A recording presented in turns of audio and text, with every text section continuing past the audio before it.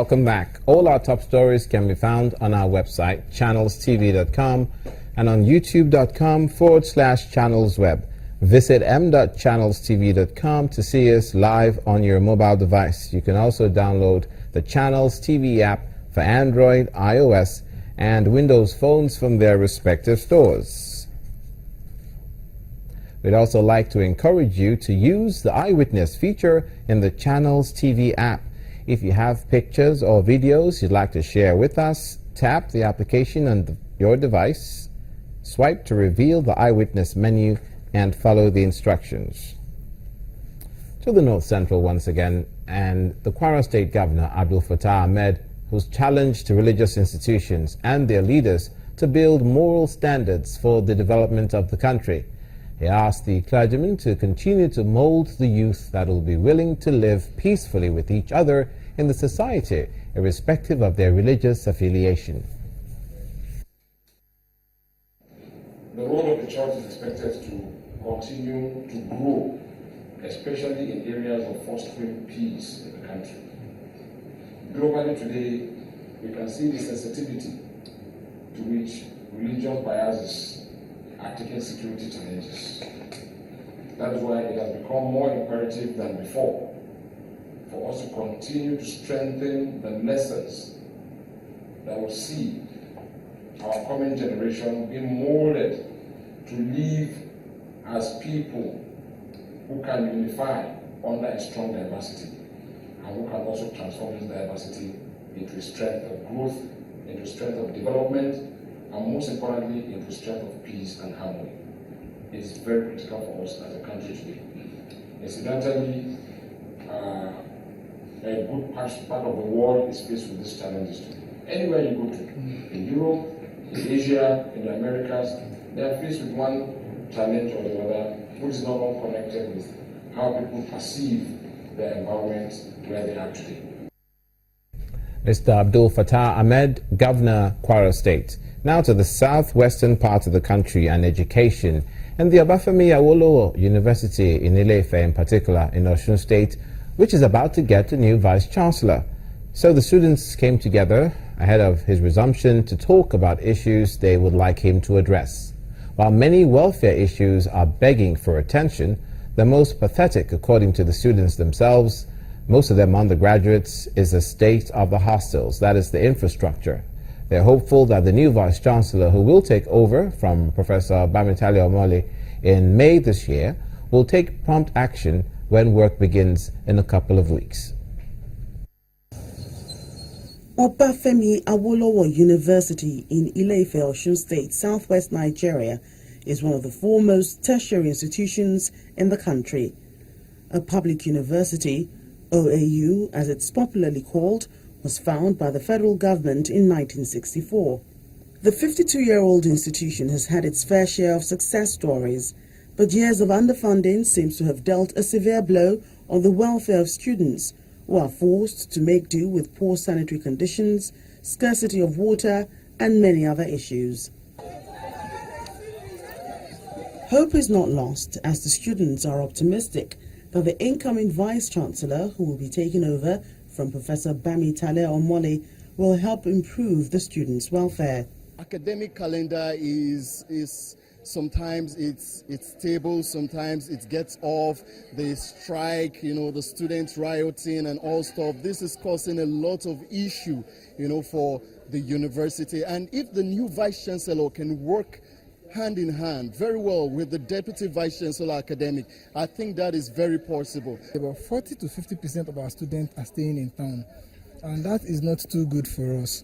We started very well, and I think if we embark on more in provision of hostel accommodation, it will aid academic the excellence of students. No doubt it's a daunting task ahead of whoever is chosen as a new Vice-Chancellor, which informed this interactive session between members of the Academic Staff Union of the university and some of the contenders for the VC position.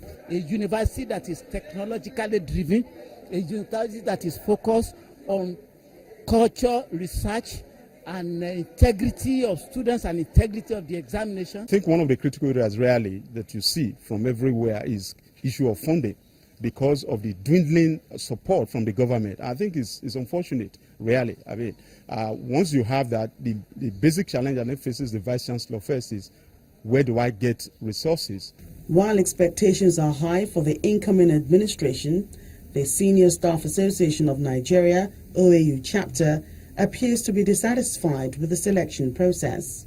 The position of SANU is that they should stop this processing.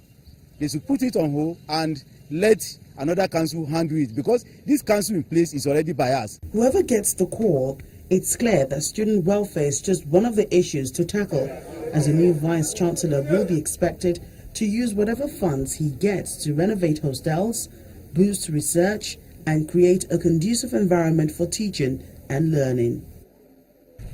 From education to agricultural developments in the South, Cross River State Government and the Thai African Corporation have signed a memorandum of understanding for mechanized rice production process.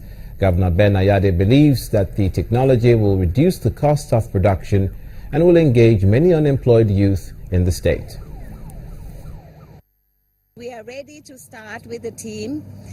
Right now we have all technical, everything ready for implementation, but we need a seed capital to start. This one will be seedling center, training center with 2 or 3 technologies to be integrated. Farmers farm in vain. Middlemen take all the profits. So we want to stop that process. We want to improve the rice yield, because our rice yield per hectare in Nigeria today is about 1.5 tons per hectare. In Asia, we're looking at 8 to 10 tons per hectare. And that's why we went to them and said, come here. So what you're going to see when they are done is you press a button, you see the rice goes through process. And what we're going to sell to you as a customer is like a carpet. So you just roll it and take it to your farm. They also have tractorization technology where you just sit on your machine and start driving. And the planter is planting as you drive on the paddy soil. So truly, what you're going to see here is a complete departure from the tradition we all know.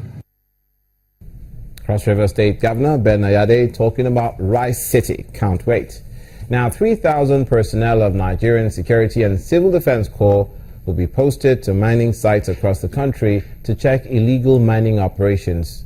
The Ministry of Solid Minerals Development is collaborating with the Ministry of Interior to make this happen. In preparation for this assignment, the Kwara State Commandant of the NSCDC inaugurated 100 men to boost their readiness for deployment.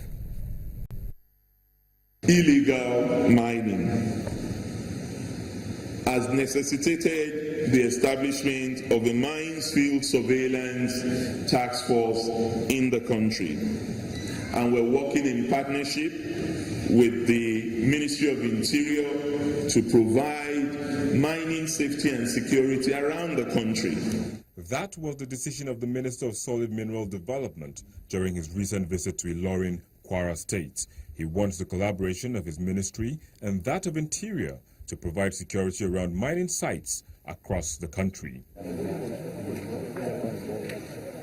In fulfillment of that, the Kwara State Command of the Nigerian Security and Civil Defense Corps has trained 100 of its personnel for the national assignment called Solid Minerals Defenders Unit. The State Commandant, Augustine Obekwe, talks about the reason for the establishment of the unit. Determination of the federal government to look into generation of alternative revenue sources besides oil, it becomes pertinent to reevaluate, reinvigorate, and monitor the solid minerals development in the country. It is informative and perhaps cheering to note here that most, if not all, the officers in the unit will be deployed to monitor mining sites existing in the state so as to maintain and sustain the war against illegal/unauthorized miners. There are also plans to register miners in the state so that the illegal ones can be picked out. After the enumeration, they will be clustered into cooperatives, and the appropriate mining licenses will be acquired from the mining cadastre office in Abuja, which will make them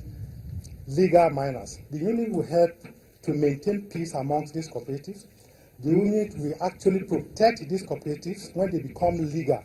This new development will help to stem the issue of illegal mining, and the proceeds from solid mineral resources can become a viable alternative source of revenue for the country. The Nigerian Security and Civil Defense Corps aren't just only going to be helping to secure the mining sites across the country, they're also doing quite a bit in the way of the pipelines across the states as well, securing that in the oil and gas sector, chasing after the pipeline vandals and all such. That's next on News Across Nigeria.